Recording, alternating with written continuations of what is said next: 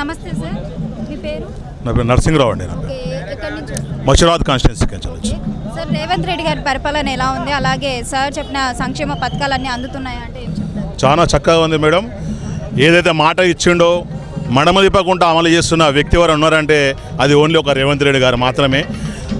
ఉన్న సంక్షేమ పథకాలు కూడా ఆపకుండా కొత్తవి కూడా అందులో చేస్తూ ప్రతి ఒక్క కార్యకర్తకు కానీ ప్రతి ఒక్క ప్రజలకు కానీ అందుబాటులో ఉండేటట్టు ప్రతి ఒక్కటి మన దగ్గర తెలంగాణ బడ్జెట్ లోటు బడ్జెట్ ఉన్నా కానీ ఆ లోటు బడ్జెట్ను కూడా అధిగమించేసి ప్రతి ఒక్క స్కీమ్ను కూడా ఆయన చక్కగా ముందుకు తీసుకుపోతున్నారు. కాబట్టి ఆయనను మనము అభినందించవలసిన విషయమే. ఎందుకంటే మహిళలకు ఫ్రీ బస్సు కానివ్వండి, మహిళలకు గ్యాస్ బండ కానివ్వండి, మళ్ళా ఇంకో ఏదున్నా పెన్షన్లు కానివ్వండి, ఏది కూడా ఆపకుండా రైతు బంధు కానివ్వండి, ఇంతకుముందు 10,000 ఉండే ఇప్పుడు 12,000 అయింది. ఇందిరా ఇండ్లు కానీ, డబుల్ బెడ్రూమ్ ఇండ్లు కానీ, ప్రతి ఒక్క స్కీము ఏది ఉన్నా కానీ ఏది కూడా ఆపకుండా ఆయన ముందుకు తీసుకుపోతున్నారు.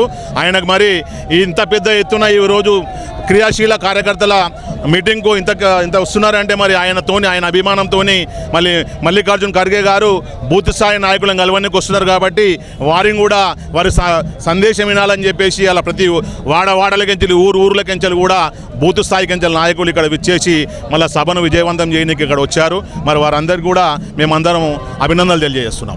మళ్ళీ కూడా రేవంత్ రెడ్డి గారు వచ్చే అవకాశం ఉందంట? 100% ఉంది మేడం. ప్రజలు కూడా ఎప్పుడు కూడా ప్రజలు సేవ చేసే నాయకుడిని వదులుకోరు. ఎందుకంటే ప్రజలకు కావాల్సిన నాయకుడు ఇటువంటి నాయకుడే కావాలా. మొత్తం అధిక దిగుబడి ఉన్న రాష్ట్రాన్ని మొత్తం అప్పుల పాలు చేసిన నాయకుడు కేసీఆర్ అయితే మళ్ళీ అప్పులు కూడా కొద్దిగా తీరుస్తూ మరి సంక్షేమ పథకాలు ఎక్కడ కూడా డోకా లేకుండా ఆయన తీసుకుపోతుందంటే మరి ఆయన చాలా మెచ్చుకోవాల్సిన విషయం. మరి ఇదే విధంగా ఇంకో 10 ఏళ్ళు ఉంటే మాత్రం మన అప్పు గిప్పు అంతా కూడా పేదలందరూ కూడా మహిళలందరూ కూడా కోటీశ్వర్లు అయ్యే కాలం దగ్గరలోనే ఉంది. కాబట్టి రేవంత్ రెడ్డి మళ్ళీ కంపల్సరీ వస్తారని మా నమ్మకం ఉంది మాకు. వాళ్ళంతా ఇక బీఆర్ఎస్ అయితే మునిగిపోయినావనే మేడం. ఇక బీజేపీ అయితే మతతత్వ పార్టీ, మీకు తెలియంది ఏముంది, వాళ్ళ మతతత్వ పార్టీ మతంలోనే కొట్లాడుకుంటారు. మన సెక్యులర్ దేశం, మనము సెక్యులర్ దేశం కాబట్టి అన్ని కులాలను మతాలను కలుపుకుంటూ పోతేనే మనం ఏదైనా చేసుకోగలుగుతాం. ఎందుకంటే ఏ మతాన్ని కూడా మనం కించపరిచే విధంగా ఈరోజు మనం భారతదేశంలో బతకలేము. ఎందుకంటే ఆల్రెడీ మనం అందరం మింగిలే ఉన్నాం, మొత్తం అందరం అన్ని మతాలు అన్ని కులాలు మింగిలే ఉన్నాం. కాబట్టి ఎవరిని కూడా వేరు చేసే ప్రక్రియ మానుకోవాలి. మరి వీళ్ళ మతతత్వ పార్టీ, వాళ్ళేమో అప్పుల కుప్ప పార్టీ, వాళ్ళ ఫ్యామిలీని వాళ్ళకే కొట్లాటలు పంచాయతీలు ఉన్నాయి. కాబట్టి అది కూడా మనుగడ సాగించే ఉద్దేశం లేదు. కంపల్సరీ కాంగ్రెస్ ఎల్లకాలం ఉంటుంది. కాబట్టి మాకు మంచి ఉద్దేశం ఉంది దాని మీద.